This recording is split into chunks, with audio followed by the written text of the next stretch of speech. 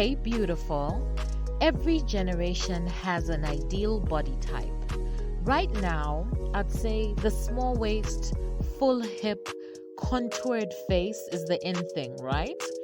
But do you know that statistically at any given period, less than 10% of the population in the whole world fits the mold of the ideal body? Yet as women, we fight so hard to have a perfect body, in air quotes. Evelyn LeVasseur speaks to us about redefining and healing our relationship with our bodies. You are listening to the Africana Woman podcast. I'm your host, Chulu. You can find out more about me on africanawoman.com. Every week, I ask an Africana woman to invite us into her home to give us a snapshot into what happens behind her closed doors. I hope you will join me on this journey of discovery, revelation, and self-awareness. I'm not going to lie, it may become uncomfortable sometimes. However, I encourage you to push past your unease and challenge yourself to think differently. The simple act of expanding yourself to receive the unknown may be transformational for you. If you're new to the Africana Woman podcast, welcome, my darling. Go ahead and subscribe so you don't miss all of this goodness that we share every week. To all the regular listeners, thank you so much for your continued support. Do you know that we are a few episodes shy from the 50th? I said it, the 50th episode of Africana Woman. I want to invite you to help me celebrate this milestone by sending in a voice note. Please include in your note, what is it that you love about Africana Woman? Why do you listen to it? And what has it done for you? So, I would love to just compile all of these voice notes and make a special episode, which will be the 50th episode. And I'm hoping that you will help me to create this episode. You can send a message on our hotline, which is +260 978 470 395. I'll say it again, +260 978 470 395. So this is a WhatsApp line, and it means that you can send us a voice note, you can type it out, whatever you feel comfortable with. So I cannot wait to hear from you. Please make sure you do it today. I'm so excited. Okay.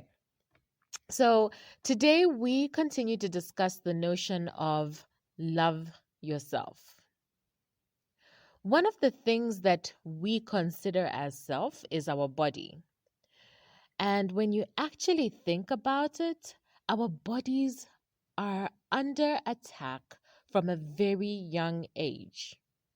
I mean, how many of you grew up watching your mother jump from diet to diet? Try remedy after remedy just to lose weight. Did you ever understand what was an acceptable body? And then, on top of it, you go out into the world and you meet relatives, you meet the public, and they begin to label you. So they'll say things like skinny, fat, too tall, so short. Like, give us a break. Our guest today, who is Evelyn LeVasseur, she helps women create a healthy relationship with their bodies. I'm telling you right now, you will want to take notes for this one. So get your pens, get your notepads. This one is so good. Please enjoy our conversation.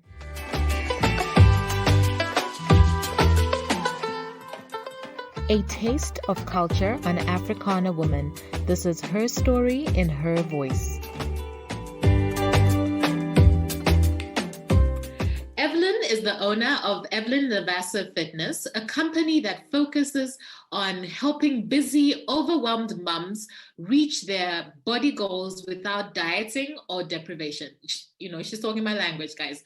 After almost 19 years of dieting on and off, Evelyn realized that focusing on food and exercise was just a band-aid to the real issues that were bringing on weight gain. She teaches her clients to eat in a way that keeps their bodies healthy and feeling satisfied. No more restriction. Again, talking my language. Evelyn, Evelyn wants every woman to know she can want to change her body and love it at the same time. Most importantly, Evelyn knows that if we want our children to grow to be strong, self-loving, and confident, we must be willing to live that for ourselves. Evelyn focuses her conversations around the idea of leaving legacies of health for our children and the generations that follow.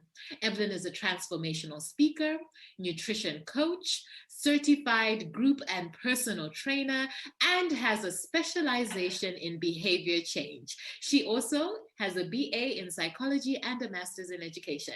Evelyn, welcome to the Africana Woman podcast. I am so excited to be here. I'm ready for this conversation. Me too. Oh my goodness. First of all, I was reading that your bio, and I was just like, so many things resonate with the things that we value in the Africana women community, because we value generational wealth and building that generational wealth. So when you said generational health, I was like, oh girl, yes. You know, we want to be giving them a legacy that they will they can build on and not be starting from zero, you know? And I was like, oh my God, I love that statement. And then the other statement that I love is you can want to change your body but still love yourself. Because I think people get conflicted in that. It's like, oh my gosh, there's so many places to start. Okay, Evelyn, where are you, my darling? Let's start there. I'm in the US, I'm in Connecticut. And so for me, it's about 1:30 p.m. What time is it for you? It is 7:30 p.m. Okay. Yeah. But you know, I don't know if you know this. I went to school in Connecticut. I was at New London. You? Yeah, I did. I did not know that. Yeah, I was at Connecticut College in New London, so spent a good 5 years there, so it was fun. How amazing. That's about an hour from my house. Really? Oh. Yeah. Amazing. How cool. That's so cool. That is so cool. So Evelyn and I are P2P sisters. We're Purpose to Platform sisters. And I absolutely love and adore her and the work that she does. Listen, guys, when she was talking about, you know, not dieting like forever and ever, but really understanding your body and what you need, I was just like, I need to have Evelyn on the Africana Woman podcast, because so many women are struggling, Evelyn. They're struggling with their bodies. And it's interesting because we're in a series where we're talking about loving yourself, you know, like if we just take it straight from the what you call it, sorry, I'm like blanking. If you take it straight from God's commandments, right? The two that he left us with. He said, love you. He wants you to love him with all your heart, mind, and soul. And then the other one was to love your neighbor as you love yourself. Now that as you love yourself, that's where people really struggle, because one of the first things that is really attacked is our bodies from a very, very young age. So I would love for you to tell us your story. What is your story to really loving your body and loving yourself? I really think that that's where we should start. Okay. I want to first say that thought of loving your body, I feel like brings a lot of shame to us, because we feel like we should just love our bodies and we want to just love our bodies. But because we've had this negative messaging from when we were little, it's difficult to look at ourselves and not be negative or just full of guilt and shame. So I feel like the journey has to start a little, less intense than love. When you meet someone else, you first get to know them, you start to trust them, you accept them for who they are, and then love follows later. And I feel like rebuilding our relationship with ourselves has to be the same way. We have to focus on learning that self-trust. We have to accept ourselves where we are for who we are, and then that love follows suit. So I feel like if we alleviate a little bit of that pressure, like I should love myself, I feel guilty for not loving myself, and just know that this is a process and a lot of unlearning, the love will come, but it doesn't happen first. That is so true. That is so true. I know certainly with my story, it's definitely been a journey and years long. It's not even like, oh, like 3 months ago. No, no, no. This has been such a long journey. And I was telling you before we started the call that, this week has been so interesting because I have had these sort of like God winks and just moments of revelations of, how far I've come in terms of how much I love my body. On Sunday, I was looking at a picture of myself. Actually, it was Saturday night, really late. I was looking at a picture of myself, and the first thought that came to my mind was like, wow, I love her. And had it been 5-6 years ago, that would not have been the first thought in my mind. I would have been dissecting, oh my gosh, the picture, like the eyebrows, the this, the that, all of these, finding all of those negative things first. But then even when I was saying I love her, I wasn't loving the image. I was saying that I love who I have become, who I'm becoming, and it was such a powerful moment. And I just, it really just took me back to like how far I've come on this journey. So I totally agree with you when you say that it is a journey. And I actually I have a little WhatsApp group, and I send out messages on Sunday, like inspirational messages, and I sent one out about that same night. I wrote it straight away, and I said the best decision that I ever made was to choose to be me, and I was talking about how, I think when we're younger, we have, for me anyway, I really was very, I had a strong sense of self. But then, I got to my 20s, my 30s, and then I was like trying to reach all these timelines and things like that. And then I just got lost, and I was like trying to be everybody else, But one of the things to coming back to myself was that I had to decide, one, I had to date myself. So that goes to the knowing yourself, right? And then as I began to date myself and really understand who is she, what do I like? What don't I like? Because a lot of times it's easy to say what you don't like, but then, what do you like as well? And really begin to dissect all of those things. And, with building boundaries and all those kinds of things, it's been a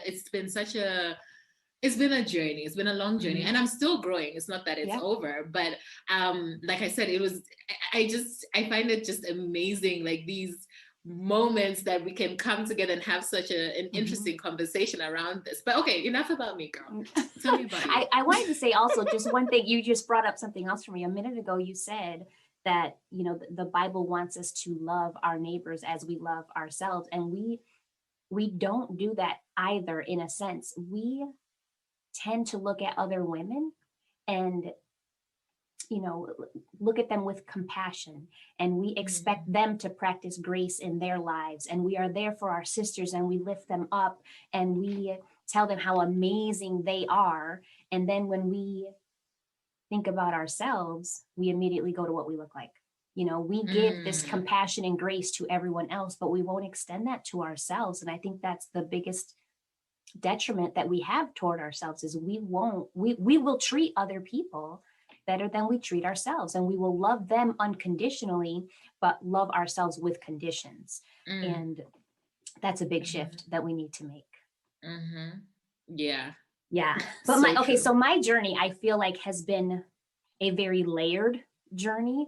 I feel like my lessons came hard, fast, and then incrementally harder and faster. So when I was very young, I can say, like, I was very fit, I was very athletic, and I got a ton of praise for my body, so much that it became a part of my identity. So when I went away to college and I gained that freshman 15, I feel like I lost myself, because who was I if my body wasn't being complimented? You know, I wasn't, even though I was a very strong student and I was a great kid and I was, you know, a good daughter and a friend, that wasn't what people focused on. And I didn't realize also that constantly getting those compliments left me always searching for validation from everywhere that didn't come from inside of me. And that's where my dieting journey began. I was 19 years old. I tried my first diet, loved it because it felt like I was in control. I could just do what this person tells me to do and I'll get the result. Therefore, I'm just going to keep doing this. And really, that ended up being what held me back all those years, because failed diet after failed diet, I never realized that what that diet was promising me was a sense of control. But really, the only way to combat control is with trust. And I didn't learn that until much, much later. But in all that time, I also married my husband. I was 27 when I got married. And my husband wanted kids immediately. And I was like, hold on, I'm not there yet. Give me a little bit of time. And again, thinking I'm in control. When we decided to try, I did get pregnant very quickly. And I lost the baby very quickly as well. And, you know, the doctors explained this is normal. 20% of pregnancies end this way, or first-time pregnancies. So we tried again, and I got pregnant. I stayed pregnant. And I lost that baby as well, much later in my pregnancy. And I remember I found myself like praying, I know that I am meant to be a mother. I know, I feel it in every bone in my body. I am meant to be a mother.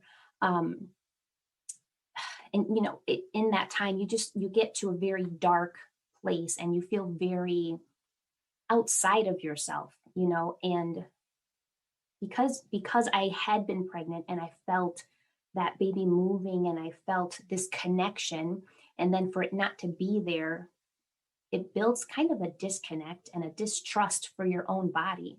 And there's a part of you that also feels defective. I felt defective as a woman. I felt like I was letting down my husband also, you know. So it took a lot of very deep conversation, meditation, journaling, praying, crying, just a long time of deep self-reflective work to get us to try again. And a year later, we tried again, and I got pregnant very quickly. I stayed pregnant this time. And even though I could see my body change and, you know, people would tell me how I was glowing, I didn't let myself get excited. I was terrified because losing a third baby, I thought would break me. But in February of 2010, I had my baby girl, and I remember, oh my gosh, I can picture that moment like it's right here. The doctor put her next to my face, and it was like I felt my lungs fill, my heart filled, like I was breathing for the first time in a long time. And I promised God, I remember I'm laying on that table and I'm promising God, like, I'm not just going to be a good mom. I'm going to be an exceptional one. And that's when I vowed to like raise my daughters with intention, to raise them knowing who they are and how valuable and worthy they are, and to raise them to never focus on what they look like, and rather than compliment their exterior, to always focus on their character instead. And I did that. I was very good at teaching them healthy habits, but there was still a little bit of a disconnect. And I can tell you, like, so the journey, yes, was me focusing on teaching them all that, what I thought was strength from the inside, but I was doing that verbally. A part of me was still living like I wasn't worthy of those same feelings. I still felt like I was not enough. I was a great mom, but I would just push myself to the side and feel like my journey is now to make sure that they are strong women eventually. But I was still living like I wasn't enough. And it was when I remember this picnic, my whole world blew up this day. We were at a picnic. I had 2 daughters now. With my husband, we served the girls lunch, and a woman says to my 10-year-old, honey, if you want to keep that figure, you better lay off those burgers. And yes, my face did exactly that. You're like in shock, but then a part of you is feeling this rage because I spent so much time and energy into not making her think about her body. And I don't think that this woman meant harm to my daughter. I just think that that is true testament to how much we focus on our exterior. All of us across the globe, generations looking at ourselves and this unhealthy, negative relationship with food. And that day is when I was like, wow, we as moms want what's best for our daughters. And we tell them they can be anything in the world, but we still teach them to shrink. We still teach them that smaller is better. So our lessons are confusing. We're telling them, I want you to strive for everything that you can be. I see so much possibility in you, but I want you to get there by fitting into this little box. I want you to not be too loud. I want you to not ask for things too directly. I don't want, you're going to get judged. To stay small. Don't eat junk food, like all these things. So I realized literally in that moment that if I wanted my daughters to grow and be strong, I couldn't just teach them lessons verbally about strength and health and love and resilience. I had to show it. I had to stop thinking that my lessons were verbal and start living, because for them to grow to be a strong, confident, self-loving woman, then they had to see one in action. And everything changed for me that day. I was able to stop focusing only on food.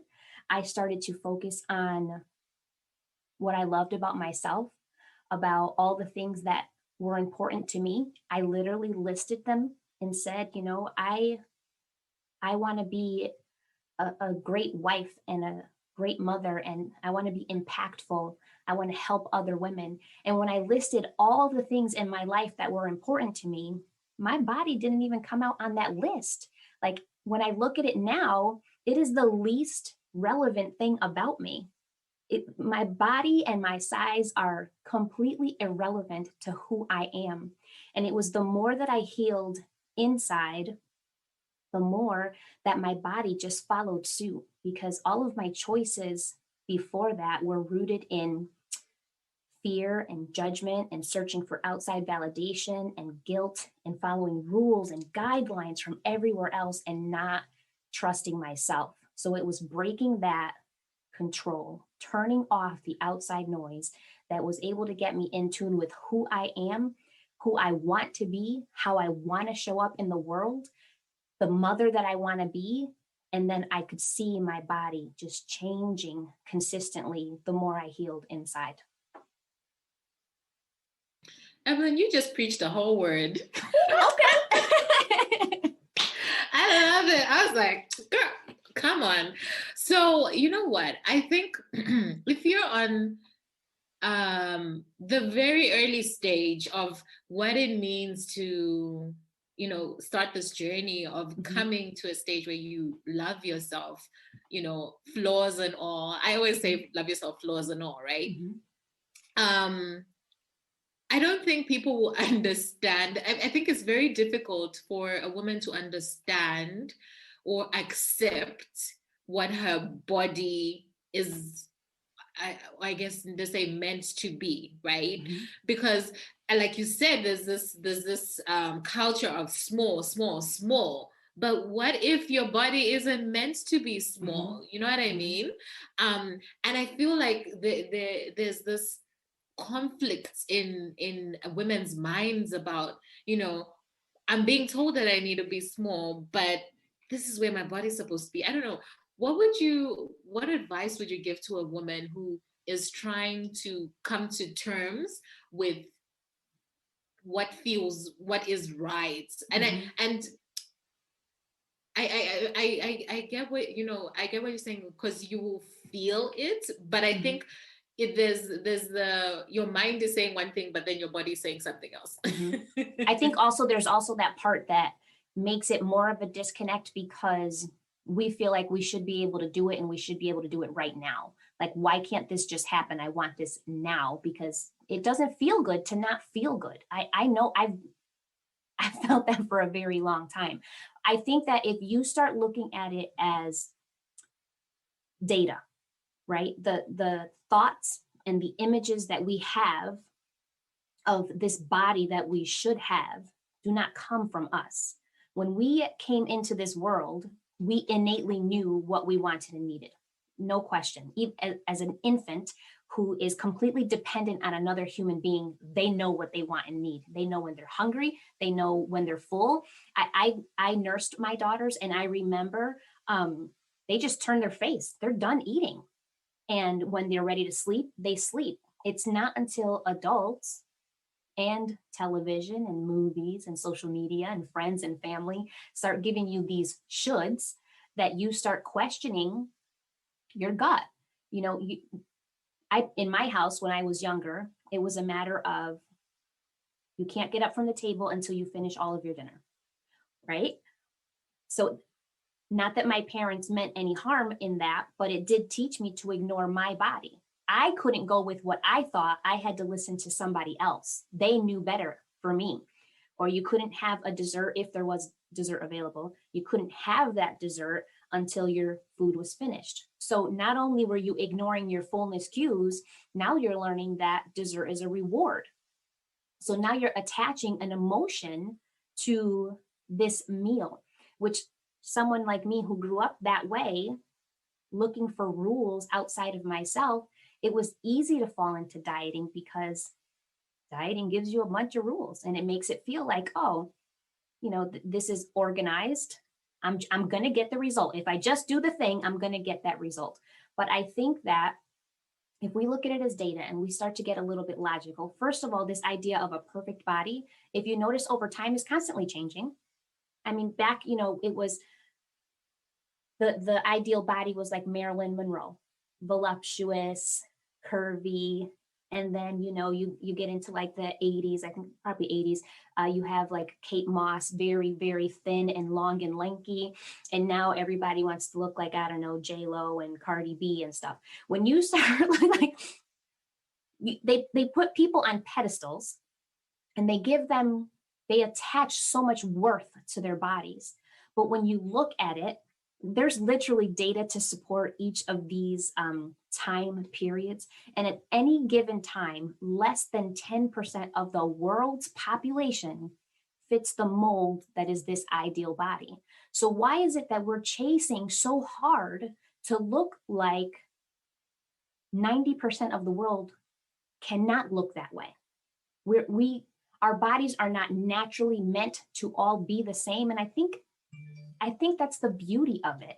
We're not meant to look the same. We're not meant to be the same. There is no value in a world where everyone looks alike, you know? So I think, first of all, looking at it as data, and also I feel like one of the biggest superpowers to turning off all that outside noise is to practice gratitude.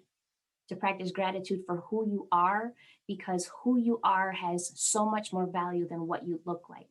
When I think about when I leave this world, not that I'm ready yet, but when I leave this world, I want people to remember my impact.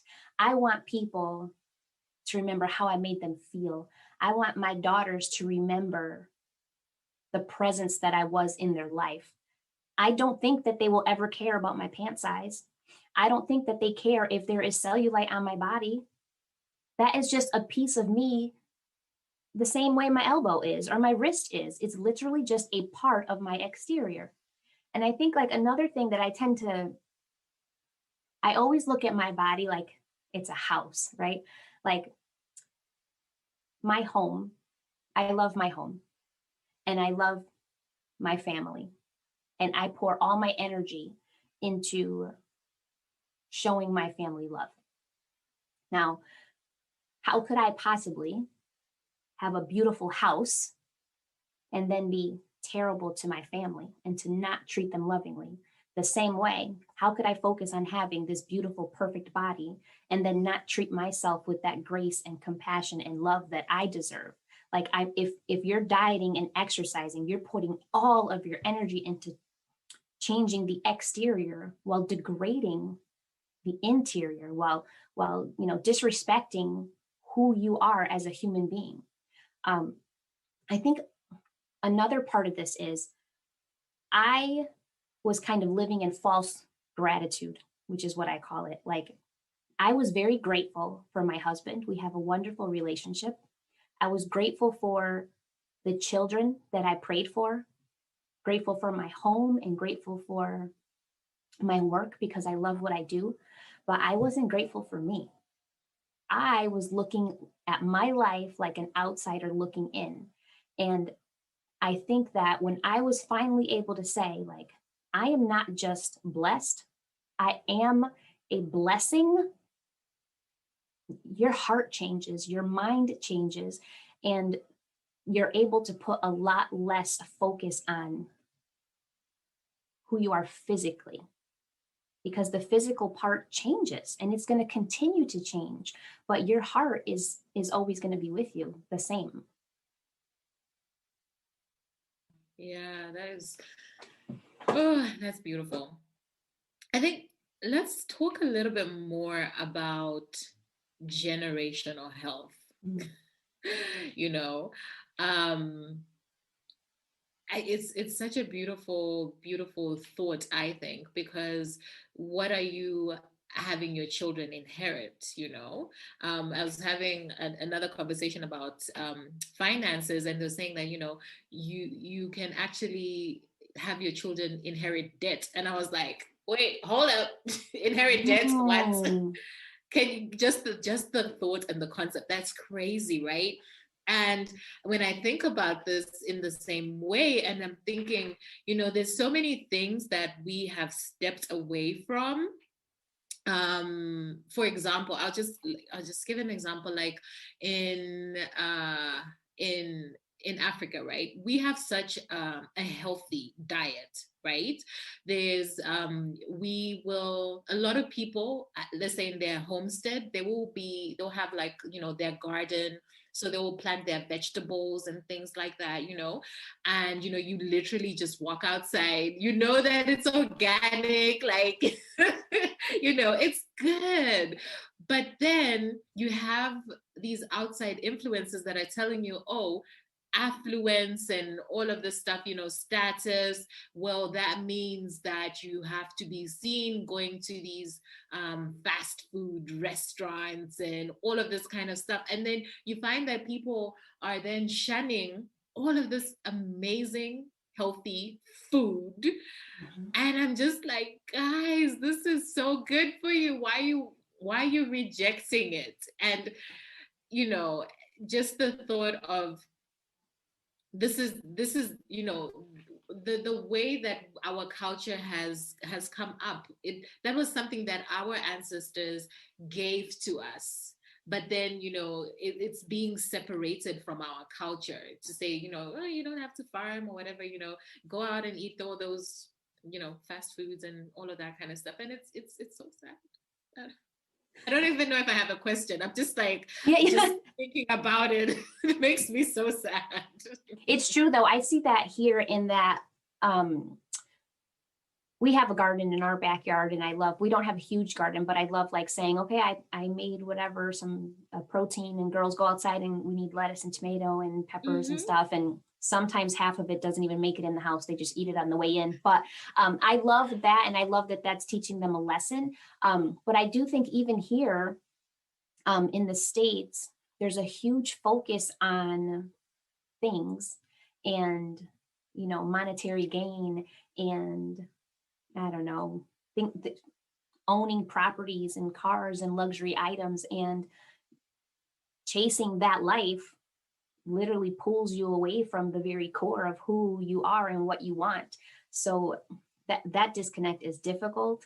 And I feel like some of us are put here to break those chains. Like, I feel like when you go against the grain of what everyone else is doing, the work is difficult, and there's judgment from other people and there's criticism, but nothing feels as good as going to sleep with peace in your heart. And you can only get that from yourself.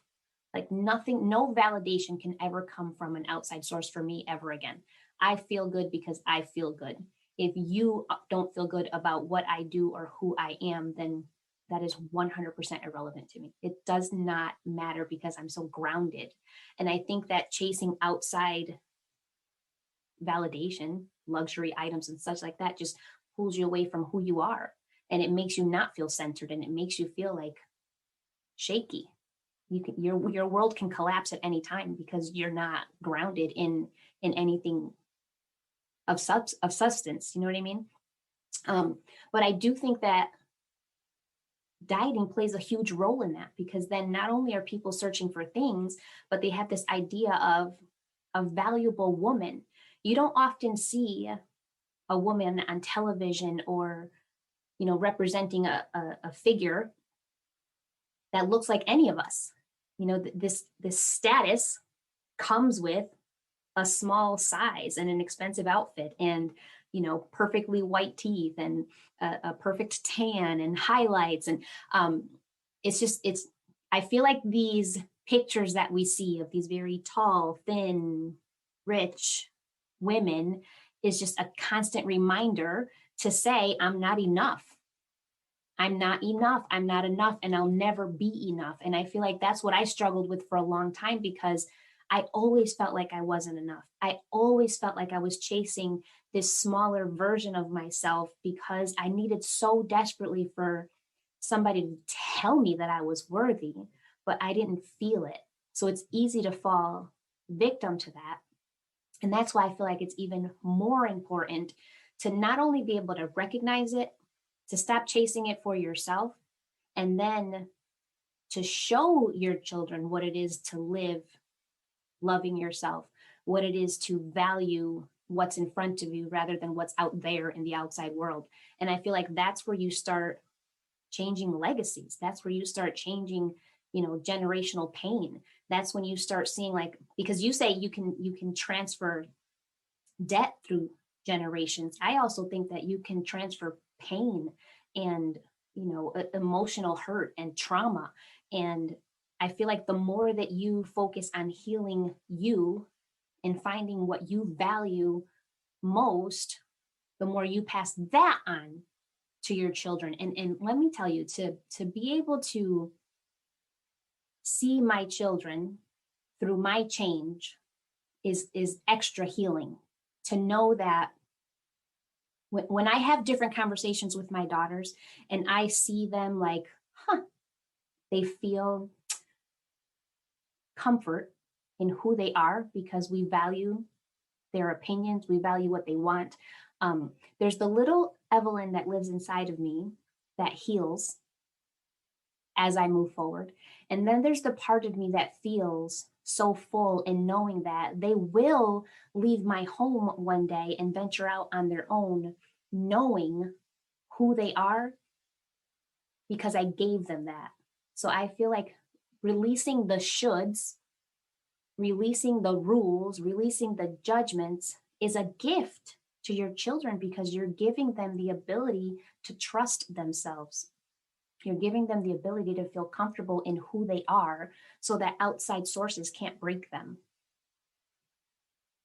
You know what I think is also an important thing that we need to normalize is one, our body changes and aging. I think, for me, I know my experience. For example, when I had my son, I had my son when I was like around 23, and I had the cute, body that I was told that I must have, flat stomach, all these curves and all of that kind of stuff, whatever. But when I had my son, then I gained stretch marks. Mm-hmm. And I just felt like there was no way of redeeming my body. You know what I mean? Like, because if you have, what do you call them? If you have diets, right? You can get smaller or whatever, but then these are not going anywhere, honey. Mm-hmm. And I was devastated, Evelyn. I was devastated. Yeah. But I just feel that, if we can have conversations and just normalize what it means to be in this body, right? It's going to change. Mm-hmm. And it's okay that it's going to change. Yes, mm-hmm. When you have a child, guess what? You get stretch marks. You mm-hmm. may gain a bit more weight, and you might not be able to lose it after that. Whatever the conversation needs to be, I feel like it needs to be normalized. Mm-hmm. and so that women don't feel like, oh my God, I made a mistake, like, mm-hmm. or that I don't know how am I gonna come back from this? Mm-hmm. You know what mm-hmm. I mean? Because then I was like, oh my God, I can never have a beach body. Where am I gonna show this body? Yeah. Even that thought of a beach body, right? Like even that is something that's taught to us because right? Hello, it doesn't matter if you're 120 pounds or 180 pounds, the beach still feels just as good. That water right? feels good on your skin because it's hot outside. The water does not care what size you are. Even stretch marks. 80% of women get stretch marks. That is nothing more than a badge to say, look at what my body did. You're superhuman. You make people. Mm-hmm. You make human beings. Right? Like that is a privilege that I took a long time to understand. I was still upset with the body that I had, even though I had the life I had been praying for. Like, how could I have this life that I prayed and begged for? I begged. I remember many a nights arguing with God as if as if we were going back and forth in this conversation, just begging and crying and then literally having every single thing that I asked for, everything that I asked for in this home and being focused on what I wasn't. What a disrespect to the prayers that were answered for me.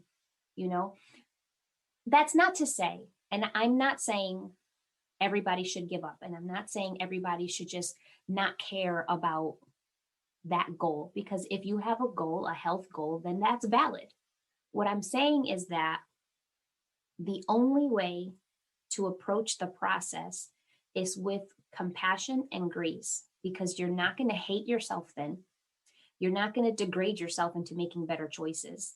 It's a process starting with, I deserve to be here. I deserve to feel good. The people in my life deserve to have the best of me. And start there. When you can start shifting your mind in that way, your choices are different because you feel different. And then, of course, yes, food and exercise are important, but they are not the only factors. I feel like we even ignore the fact that sleep and stress are almost as important, if not more important, than food and movement. So we are so focused on that outside piece. I'm just going to change my food and my exercise. And we forget that we are whole people with whole lives and responsibilities. And we need to address our whole selves, not just the food we're feeding ourselves. Evelyn, I love reading your posts on social, especially when you talk about your relationship with your daughters and how you're so intentional about helping them navigate the space of, becoming themselves and, just loving themselves, trusting themselves, going with their guts and their intuition. I really do love those posts, and just watching your relationship with them. And I want to ask you about interrupting the patterns, because I think a lot of times we've adopted ways of doing things and saying things from our parents, and they may not have known better, whatever it is, but then we want to change. Right now we're saying that, okay, I want to make a change. How does a woman begin to interrupt her thoughts and then also interrupt the way that she speaks to her children, because a lot of times, and even when you're a child, maybe, a lot of people are telling you things about your weight and all of that, and it didn't feel good. And then as an adult, you find yourself doing the same thing, even though you know that it did not feel good at that time. You know what I mean? But you're still doing it. And it's like, but how do I get myself to stop? I feel like as a mom, sometimes you get stuck in that I don't want them to feel the way that I felt, so I'm going to try to prevent it. You can't prevent it with those same teachings. You're not going to prevent that bad feeling that you had by still bringing those thoughts into their heads. If you ever say things like, I feel fat, I wish my stomach was smaller, I wish I had legs like hers, you're automatically teaching them, if mommy's body is not good and I come from mommy, my body is not good either. You're setting these thoughts into motion. So I think that, one, recognizing the things that hurt you and vowing not to repeat them, but also recognizing how you wanted to feel instead. Like, my parents were both from very large families, and they had very difficult upbringings. So I feel that when they parented us, I have an older brother and two younger sisters, so there were four of us.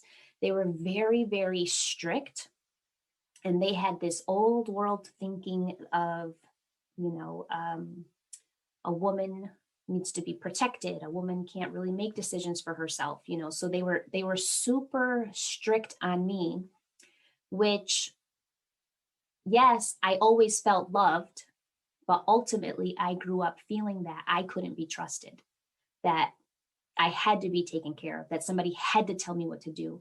So knowing that feeling, knowing that when things got rough in my life, how much I questioned myself, then I have to be the one to change that for my daughters. Does that mean I do the opposite and let them do whatever they want? Absolutely not. But I take their opinions into consideration. When I am making a decision that includes them, I talk to them about it first and I hear them out.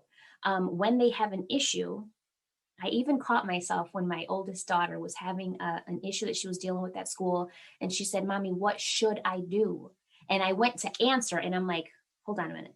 I don't want you to do what mommy thinks you should do. What feels good to you? So I feel like changing the conversation, knowing what hurts you or hurt you in the past, and changing the conversation is how you alleviate them of those negative feelings you had. So even when it comes to their bodies, we don't talk about body. I don't talk to them about body.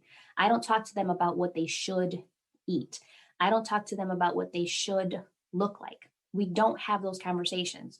We keep our conversations as simple as possible. It literally is this since they were little. Some food helps us grow. Some food is really yummy, but it doesn't help us grow. So we need more of the food that helps us grow. That's it. And we have sweets in the house, but it's a matter of stopping the conversation and instead living differently. So yes, we have salad for dinner sometimes, soup with tons of vegetables in it. But yes, we also will sit down and eat chocolate cake together. And we don't talk about like, I shouldn't have this, this isn't good for me. None of those things. It's just something that we have, we enjoy, and you take, if you don't give it power, it doesn't control you any longer.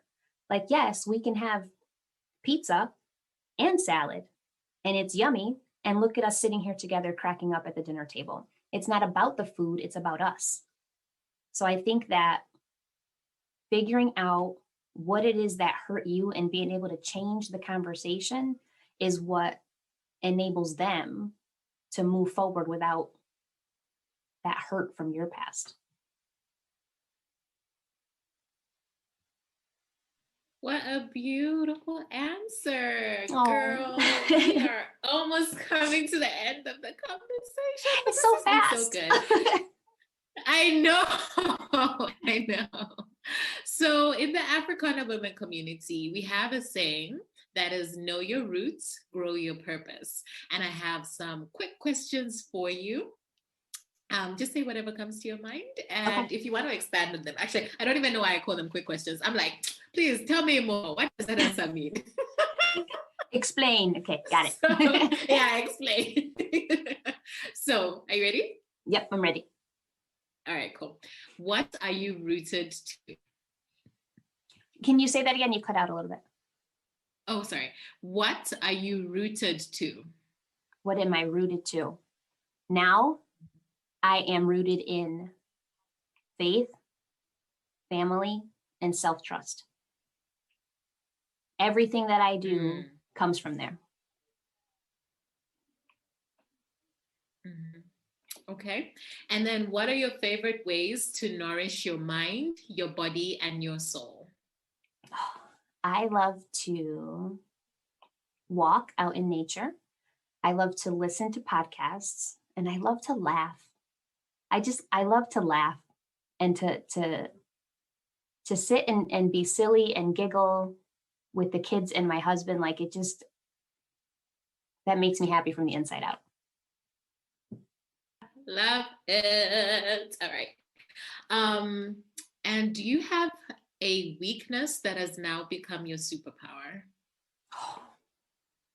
Oh, this is a good one. I used to think vulnerability was weakness, and I never let anybody see me cry or feel sadness because, I judged myself so harshly for thinking that I was weak. And now I see that the more vulnerable I am, the stronger I feel, and the more I allow everyone else around me to be vulnerable also. It's almost like letting that wall down is contagious, and it just breeds comfort and healing for everybody. So yeah, it used to be vulnerability felt like a weakness, and now it feels like power. Girl, love it. All righty. And then what do you know as a certainty? I know that nothing is promised, for sure. So that I have to spend every day with intention in being present. And that's all that I can do right here and right now, every day. That's it. I love it. Okay. So, Evelyn, I know people are going to love you. People are going to want to know more about what you do and how you work with women. So tell us a little bit about, how people can reach you. Tell us about how they can work with you, or if you're working on anything right now, any projects, let us know, and we want to support you. Awesome. I love that. Well, I am on Instagram and Facebook at Evelyn LeVasseur Fitness, and I do one-on-one coaching. We do work through a lot of the mindset stuff, and then we get into that intuition and what I call the 5 principles of health, because like I said before, nutrition and exercise are important, but they're not the only piece of the puzzle. So I do one-on-one coaching. I am opening up a second cohort of group coaching in September.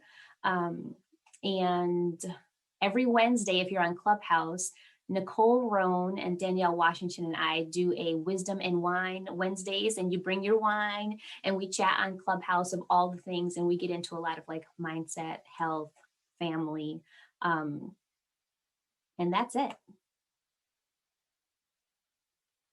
Awesome. Oh, I have so enjoyed having this conversation with you. I just feel like it's so timely, especially with myself and also with the community, especially as we're exploring this topic. I love it. And thank you so much for all the wisdom that you have dropped here. Like, I've got like a page and like notes just scribbled. I have to come back to this and just listen to it again and be like, ooh, that was good.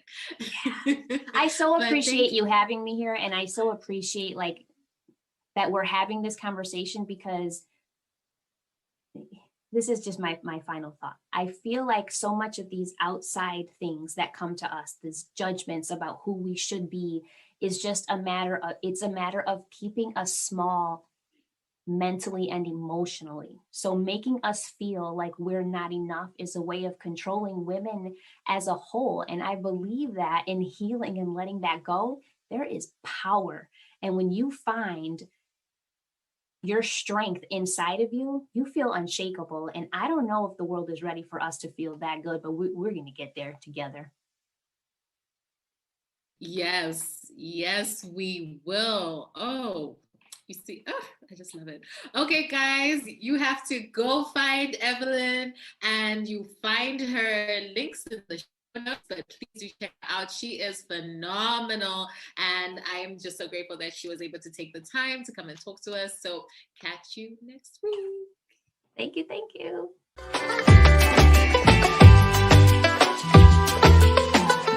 Come back to taste more culture on the next episode of Africana Woman.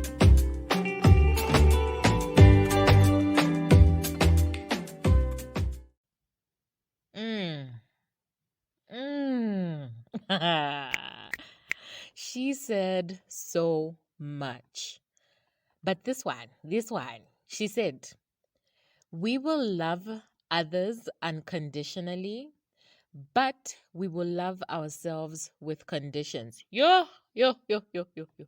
That cut deep. Can I tell you that your family and friends love your personality?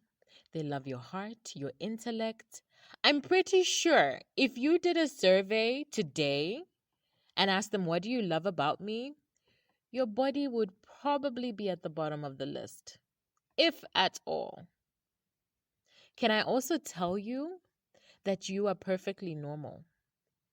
Your body is freaking powerful. The things that it is able to do are nothing short of amazing. Love the things that prove what your body can do. Love your stretch marks. Show off your gray hair. Love the darkness of your inner thigh. Love the wrinkle in the corner of your eye when you smile. Love the love handles, babe. And love the cellulite. Sweetheart, you are beautiful. Tell you what, let's jump into marketeers.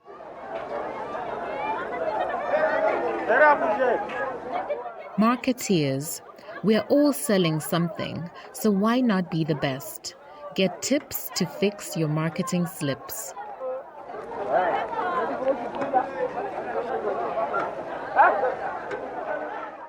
I am currently teaching a marketing class, and I keep asking the ladies, what is your story? I believe that marketing is a conversation between you and your customers. And we all know the best conversations are those with the juiciest stories. People want to connect with you on a personal level and feel that they are contributing to a good cause. I think the world has become more deliberate in supporting businesses that stand for something important to them. So, do you know your story? Evelyn's story was very clear. She had been dieting for 19 years, but when she had her children, and they were girls on top of it, she realized that she had to be an example for them to know how they should love themselves, to love their bodies. So she began to heal and redefine her relationship with her own body. Now she coaches other women on how to do the same and leave a legacy of health. Powerful, right? So let me make it simple for you. Think of your story as a superhero story. Every superhero has an origin story, right? And the origin story says why they fight for justice. So if you are the superhero in your story, I want you to answer these questions. Number 1, what happened in the past that made you want to stand up for what is right? Number 2, what is your purpose because of what you went through? Number 3, who do you fight for? And who do you want to protect? If you can answer these 3 questions about your business, you have a phenomenal story. And you should tell it all the time. Tell it to anybody who will hear it. And I'm going to give you a challenge this week. I want you to share your story on your social media page. Okay, so Instagram, Facebook, TikTok, whatever it is that you use, I want you to share your story. And please make sure you tag me because I want to read it too and see what you actually came up with. All right? So that's your challenge for this week. Till next week.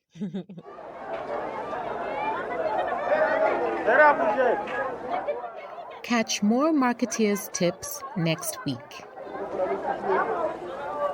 Please find Evelyn on Instagram at Evelyn LeVasseur Fitness. Please let her know that you heard her on the Africana Woman podcast and tell her what you learned from this conversation, because believe me, I can't believe somebody can hear this conversation and not walk away with something. There is something that you learned. And if you are looking for a supportive community of entrepreneurs, please come and join the Africana Women Visionaries. There is a link in the show notes. We are doing the most. There are master classes, there's networking events, we have a book club. There's a lot of stuff going on. So come and join us. We also have a mentorship program, which we just launched. So excited about it.